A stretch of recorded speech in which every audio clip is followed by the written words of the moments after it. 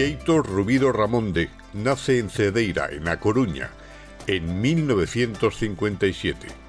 Es licenciado en Ciencias de la Información y profesor en distintas materias relativas a la información periodística y la comunicación. Se inició en el legendario diario madrileño Informaciones para posteriormente trabajar en radio y televisión regionales en Galicia. Fue director de La Voz de Galicia durante 6 años. En 2009 fue nombrado director de los diarios regionales del Grupo Vocento y un año después es nombrado director del diario ABC. En este cargo permanecerá durante más de 10 años. Rescata en digital la legendaria cabecera El Debate, que hace un siglo fue fundado por el cardenal Herrera Oria, del que actualmente es director. ¿Qué tal? Muy bien. Señor director, El Debate reaparece un siglo después, o casi. Pues sí, prácticamente se cerró en el 19 de julio del 36 y se reabrió el 1 de octubre del 2021. No ha pasado un siglo, pero casi, sí. Y qué circunstancias tan diferentes las de la España de cuando nace, cuando se cierra el debate, a las que reaparece el debate, ¿no? ¿O cómo lo ve usted? Bueno, diferentes en algunos aspectos, en otros no. Efectivamente, el debate lo cierra el Gobierno de la República, aplicando esa ley de la protección de la República y de defensa de la República. De defensa de la República. Y se cierra sin cauta en el edificio que hoy es la sede de la COPE. Allí estaba la redacción del debate y allí estaba la rotativa del debate, y pasa a editarse allí, a utilizarse las instalaciones para editar El Mundo Obrero. Cuando termina la guerra, el régimen de Franco no la deja abrir. Hay distintas razones que se esgrimen hoy. Una es que efectivamente el debate, cuando se proclama la República, publica un editorial que, a diferencia de, por ejemplo, de ABC, que mantiene "estamos donde estábamos ayer", es decir, en la defensa de la monarquía, el debate dice que asume la legalidad. Alguien dice que esa es la razón por la que el régimen de Franco no dejó abrir el debate. Otros dicen que era su vínculo a la democracia cristiana, y después de la guerra la democracia cristiana también era un partido democrático y estaban en el exilio sus principales dirigentes. En fin, hay distintos argumentos. Lo cierto es que el debate lo cierra el Gobierno de la República y no lo deja reabrir el Gobierno de Franco. Les deja varios tiempo después abrir el vespertino que tenían por la tarde, el vespertino del debate, que se llamaba Ya, y pasa a ser un periódico nacional, y Ya efectivamente fue un gran periódico donde se dio cobijo a los tácitos, que eran aquel grupo de demócratas cristianos que jugaron un papel muy importante en los gobiernos de la UCD. Marcelino Oreja, Alfonso Osorio, Landelino Lavilla, Íñigo Cabero, Otero Novas, en fin, José Luis Álvarez y tantos otros que fueron muy importantes. Álvarez de Manzano. Álvarez de Manzano y otros muchos que jugaron un papel muy importante. Bueno, ustedes habrán visto que he empezado así a calzón quitado hablando del debate, porque el invitado que viene hoy, Bieito Rubido, compañero mío, entrañable compañero, gallego listo. No todos los gallegos son listos. No todos. La mayor parte sí, pero el señor Rubido, Bieito, es una persona muy inteligente. Yo creo que es de los periodistas que mejor conoce la historia de España, sobre todo de los 2 últimos siglos. Y hace un año, exactamente, pues se le encargó la reaparición del debate con los signos de los tiempos, que es online. Y la verdad es que le va muy bien. Y ha habido otros colegas, directores que han pasado por aquí, el director del Mundo, Vicente Vallés, o en fin, otra serie de personajes. Y yo difícilmente recomiendo que pinchen, que lean un medio informativo, allá cada cual. Pero en este caso sí lo voy a hacer porque me parece que el debate es muy universitario. Es un periódico muy universitario, con muchos valores de seriedad, de rigor, de moderación también, de moderación en los tiempos que corren.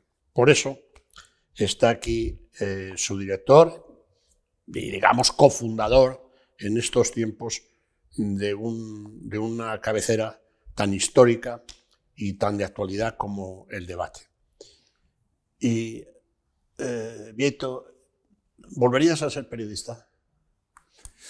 Sí, pero claro, cuando, hombre, a la altura de mi vida, uno piensa que hay muchas cosas que uno puede ser en la vida, ¿no? Periodista, sin duda alguna, es una de las profesiones. Decía Hemingway, periodista es la profesión más apasionante del mundo, siempre que se deja tiempo. Yo creo que tenía que haberla dejado hace tiempo, pero ya no la pude dejar, no encontré otro camino, no encontré otra posibilidad de dejarla y por tanto a día de hoy ni me lo planteo. Creo que me voy a jubilar como periodista, ¿no? Periodista es una profesión apasionante, pero vive momentos muy difíciles. Es una profesión cruel, es una profesión con un grado de frustración muy alto, es una profesión donde los peores enemigos son tus propios compañeros de profesión. Yo no recibí... Bueno, eso suele suceder en todas. En todas, no lo sé, pero yo no recibí Pero aquí es más descriptible. Más presiones, por ejemplo, sobre mis contenidos, sobre mi forma de trabajar, lo recibí más de la profesión, que debía garantizar la libertad, que, por ejemplo, de los poderes políticos o de otro tipo, porque poderes los hay de mucho tipo y de muchos rostros, ¿no? Pero, curiosamente, yo he sentido más la coacción por parte de mis colegas que por parte de cualquier otro actor de la sociedad, lo cual no habla bien de nuestro periodismo, no habla bien de nuestra profesión. Y aparte de eso, a mí me hubiera gustado ser, por ejemplo, me hubiera encantado ser profesor de historia en concreto. Es algo que me hubiera gustado. Y cardenal de la Santa Iglesia Apostólica Romana. Cardenal sí, pero el único problema del cardenal es que tenía que renunciar a tantas cosas de la vida terrena que ya no pude, pero no me hubiera disgustado. Intenté además al principio de mi vida estudiantil. Quería preguntar a un profesional del periodismo español, sobre todo para los estudiantes de periodismo, que son miles aquí, ¿qué condiciones debe tener, en su opinión, un periodista hoy, en España? Bueno, yo creo que en España y en todo el mundo. Yo creo que no hay un periodismo como se pretende, un periodismo español, un periodismo anglosajón. Hay periodismo bueno y periodismo malo, nada más. Por eso lo escribe muy bien David Rendall en un libro que se titula El periodista universal. Es decir, hay prácticas periodísticas que son universales. Entonces, por ejemplo, yo creo que un buen periodista tiene que tener, en primer lugar, una enorme curiosidad. Tiene que ser una persona curiosa. En segundo lugar, tiene que ser un amante de la verdad. Y al decir la verdad, ya sé que la verdad tiene muchos caminos, muchos vericuetos y muchas caras. Pero hay que intentar buscar la verdad. Y la verdad no se busca, como dicen, con la objetividad, porque la objetividad en sí misma no existe. La objetividad, lo más objetivo que hay en esta sala ahora mismo, es el objetivo de la cámara. Es que ni sufre ni padece. Nosotros somos hijos de unas familias, de un tiempo, de una educación, de un ambiente, de nuestro entorno, de nuestros amigos. Pero la honestidad me parece muy importante. Es decir, curiosidad, amor a la verdad, honestidad y después dos cosas muy importantes que yo valoro mucho. La humildad, porque los periodistas tendemos a creernos, en fin, el centro del mundo. Casi no como los políticos. Sí, pero, o más. Pero probablemente más, desde mi punto de vista. Porque además no asumimos la responsabilidad que asume el político. Y finalmente, yo creo que aparte de humildad hay una cosa muy importante que yo le recomiendo a todos los estudiantes de periodismo que piensan ejercer la profesión. Bueno, hay dos cosas, pero la más importante es no seáis prejuiciosos. No se puede uno acercar a la noticia, al hecho noticioso, a los personajes con prejuicios, porque eso genera sectarismo y el sectarismo genera que te desvías de la búsqueda de la verdad. Y finalmente hay una hay un último consejo que yo doy siempre a todo el mundo, que es leer, leer y leer. Cuanto más leas, ya sea novela, ya sea ensayos, ya sea historia, ya sea la actualidad, más enriqueces tu vocabulario, tu forma de escribir, tus conocimientos, y que además afloran. Yo siempre decía que las lecturas desde muy joven es como tu plan de pensiones. Es decir, tú vas ahorrando allí ideas, palabras, expresiones, situaciones, y te afloran en el momento más insospechado. Estás escribiendo y de repente te sale, pues, lo que decía Daniel Pennac, un ensayo, tal, o te sale el título de una novela que viene pintiparado para el artículo, etc. Yo creo que la lectura es la gran materia prima de un periodista, además de la actualidad. La actualidad, efectivamente, es la materia prima por excelencia. Se opina mucho y se informa poco. Sí, pero tiene una explicación. Es decir, la razón por la que hoy en día se opina mucho es porque en los hechos noticiables, a través de las nuevas tecnologías, fluyen de una forma mucho más... Antes tenías barreras de entrada y antes o comprabas el periódico o tenías un aparato de radio o televisión. Hoy ya no, hoy ya fluye de una forma espectacular, es decir, y exponencial. Entonces yo pongo siempre el mismo ejemplo, Graciano. El día que más periódicos se vendieron de la historia de la prensa española fue el 12 de marzo del 2004, el día siguiente al 11M. El día anterior, el 11M, el día de los atentados de Atocha, se había batido el récord de consumo de televisión y radio. ¿Qué le pasaba a ese país de 47 millones de habitantes que había batido su récord de consumo de televisión y radio el 11, que acudió en masa el 12 a comprar periódicos al kiosco? Y si hubiésemos, yo entonces era director de La Voz de Galicia, habíamos hecho una tirada extraordinaria. Seguro que hubiésemos vendido más, y como nosotros todos los periódicos de España. ¿Qué pasaba? La gente buscaba algo fundamental, que es entender la actualidad. ¿Por qué pasó esto? ¿Y qué consecuencias trae? Y eso nos lleva a un periodismo que está entre el análisis y la opinión. Es cierto que a veces la opinión hay más de subjetivo que en el análisis. A veces hay que utilizar datos. Lo que pasa es que, fíjate bien, yo me he fijado mucho en que los periodistas que hacen buena opinión suelen hacerlo con datos. Una cosa es la espuma de cerveza, que insultas y descalificas, etcétera, etcétera, y otra cosa es cuando el dato es abrumador, es irrefutable. Y ahí es donde yo creo que está la buena opinión. Vamos a hacer un pequeño salto en el tema que nos ocupa y que nos reúne aquí fundamentalmente, que es hablar de información, de periodismo.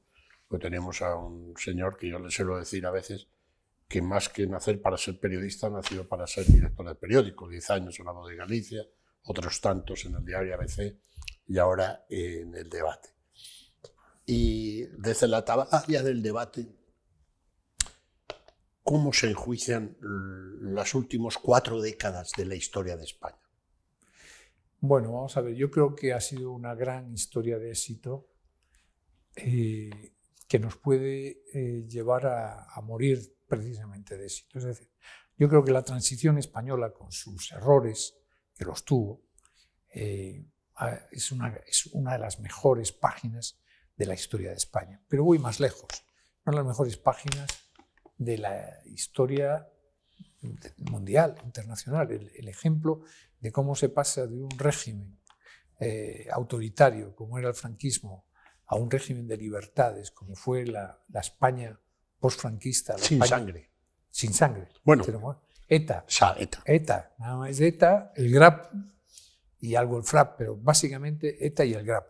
Es decir, que también hay que decirlo, que es muy importante, no todos los que se oponían al franquismo eran demócratas. Hay mucha gente que se oponía al franquismo, pero que eran por sus ideas antidemócratas. Claro. Y muy violentos. Y hay un dato en ETA. ETA con Franco mata en torno a 45 personas. Con la democracia mató más de 800 personas. Ojo con ETA, a la que estamos intentando blanquear. a la que están intentando blanquear otros. Entonces, la historia de la democracia española es una historia de éxito. Y además, curiosamente, se estaba consolidando como una potencia económica España en el 2004. Y ahí hubo esa inflexión que fue en los atentados del 11M. Y el cambio el cambio, donde también yo creo que tampoco actuó correctamente desde mi punto de vista el presidente Aznar. Yo creo que el presidente Aznar tenía que haber reconocido el atentado, de quien la autoría, que no era ETA, inmediatamente. No sé, dicen que lo engañó el responsable del CNI, no sé, pero en todo caso tenía que haber reconocido muy pronto quién era y a continuación suspender las elecciones. Tenía que haber suspendido las elecciones. Tú no puedes llevar a un país a votar 4 días después con el trauma emocional de aquel atentado. Había que haber suspendido las elecciones. Tenía que haber convocado a Mariano Rajoy y a José Luis Rodríguez Zapatero y escenificar delante de toda España las elecciones a plaza. Oiga, esto es un trauma. Y claro, ¿qué ocurrió? Pues ocurrió lo que después ocurrió. Que además no solo eso, sino que se lanzó a la gente contra las sedes del PP en la víspera. Es decir, las elecciones del 2004 estuvieron plagadas de irregularidades. Son democráticas y ha sido un gobierno legítimo, con muchos defectos, pero ese es el gran punto de inflexión de la democracia española. Sí. Porque además de lo que ocurrió con Zapatero, la herencia que le dejó a Rajoy y cómo llega finalmente Sánchez rompiendo todos los consensos, incluido la aceptación de partidos vinculados al terrorismo y al golpismo de extrema izquierda, pues evidentemente no es la mejor página, eso no es la mejor parte de la historia de éxito a la que hacíamos referencia antes.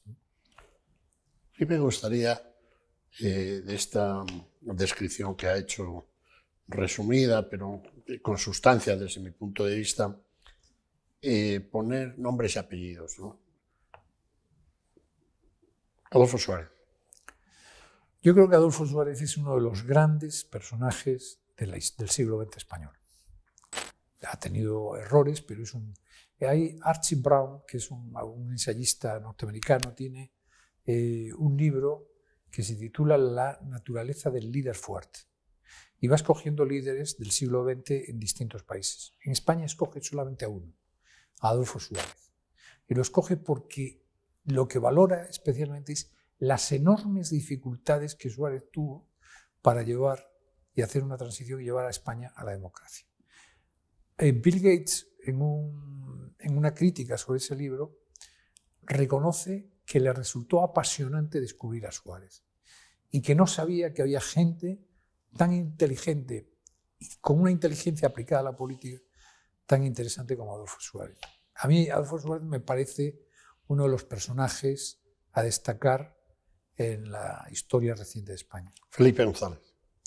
Bueno, Felipe González, como todos los, era un hombre que tenía sentido de Estado, era un hombre que amaba a España, que ama a España, pero tuvo muchos errores. Es que ahora estamos en la distancia creyendo, pero Felipe González tuvo errores y tampoco era una hermanita de la caridad. Pero evidentemente, claro, cuando comparas, Felipe González, insisto, tenía varias cosas buenas desde mi punto de vista. En primer lugar, tenía un sentido de la historia, tenía sentido del Estado, era un nacionalista en el mejor sentido de la palabra nacionalista. Español.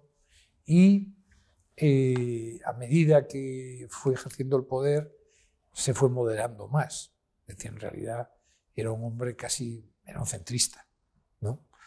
Pero, ojo, bajo su presidencia hubo corrupción, bajo su presidencia hubo prácticas no muy correctas desde el punto de vista del Estado de Derecho, bajo su presidencia se crispaba también mucho a la oposición, esa descalificación permanente de la oposición, muy del PSOE, se daba mucho, acuérdate de los Doberman, cuando se le llamaba a la derecha los Doberman y hacían unos vídeos. Sí, cascos, Aznar. Exacto. Ese tipo de cosas que yo creo que son muy poco democráticas. Pero bueno, yo en el balance final lo pondría siempre en el lado bueno de la historia. Voy a hacer un pequeño salto en cuanto a los argumentos ad hominem de estos 40 años. Y voy a pasar a Aznar. Rajoy, que es paisano suyo. Bueno, Mariano Rajoy yo creo que es un patriota, un hombre comprometido con su país, que le tocó unas situaciones muy difíciles. Aparte que como todos, como obra de todos, pudo haberse equivocado, ¿no?, en algunas cosas, más por no hacer que por haber hecho, es decir, por inanición, sobre todo a la hora de corregir algunas situaciones. Pero yo creo que Rajoy heredó una situación económica calamitosa, mucho peor que la que había heredado Aznar de Felipe González. 2, le tocó un tránsito muy difícil, que es la abdicación del rey en unas condiciones complicadas, porque una cosa es que el rey abdique en normalidad, y otra es en las condiciones en que abdica el rey Juan Carlos. Y en tercer lugar, le tocó hacerle frente a un deterioro institucional y del Estado de Derecho que se venía dando en Cataluña prácticamente desde la década de los 80 hasta aquí. Es decir, Rajoy no se inventó el problema catalán. El problema catalán se agudiza con Felipe González, cuando hace pactos con Pujol, se agudiza con el propio Aznar, sigue avanzando con Zapatero cuando dice que lo que venga de Cataluña él lo aprobará, y él abre esa brecha, y Rajoy se encuentra con un problema. Esto es como, a mí siempre me hace mucha gracia, oiga, es como el señor que tiene 25 kilos de sobrepeso y, oye, esto no los tiene de ayer para hoy, estos 25 kilos los ha ido usted acumulando a lo largo del tiempo. El problema catalán y la crudeza que tenía cuando Rajoy llega es la herencia de todos los anteriores presidentes. Y él tiene que hacerle frente.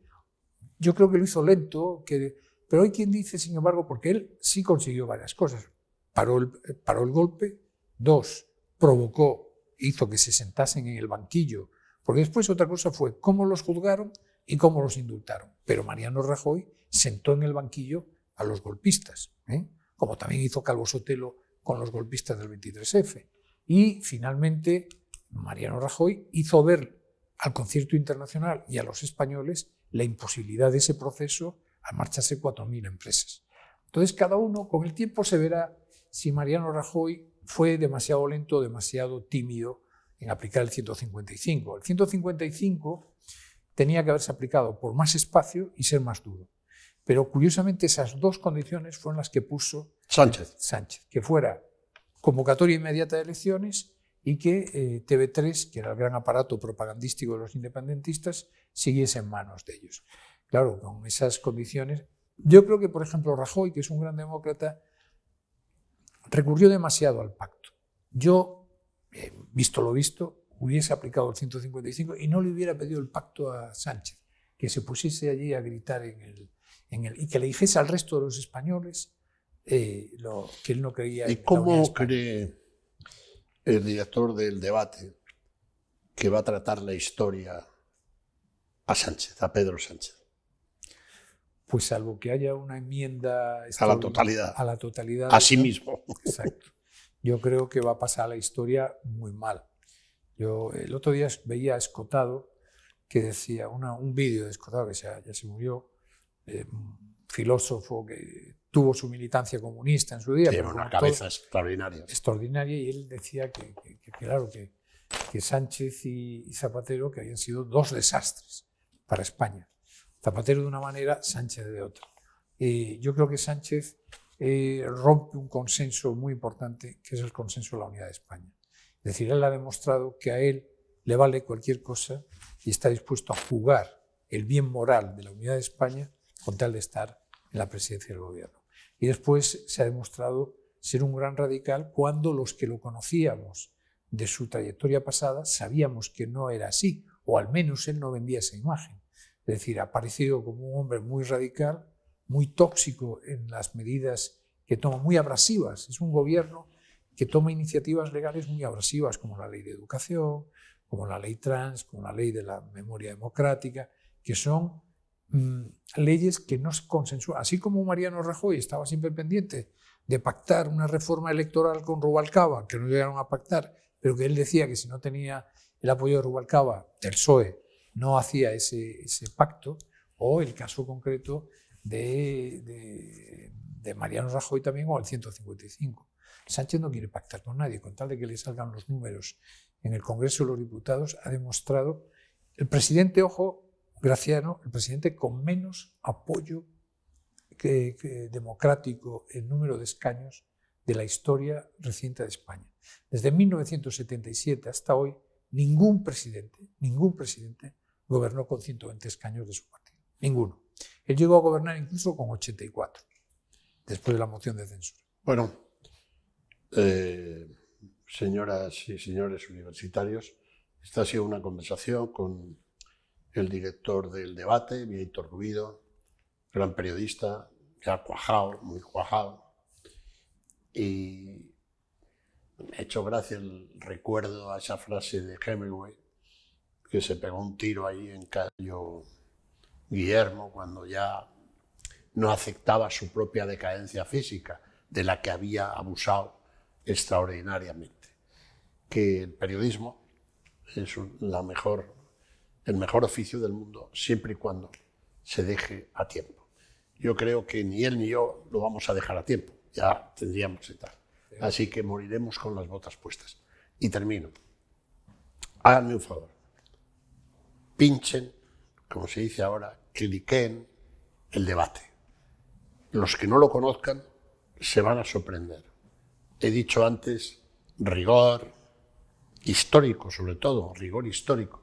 Tienen, yo creo, de los mejores especialistas en la reciente historia de España, la que yo he conocido también. Y en moderación, europeísmo, y les va a aportar mucho más de lo que les cuesta. Muchas gracias, señor director. Muchas gracias a ti, Graciano, gracias.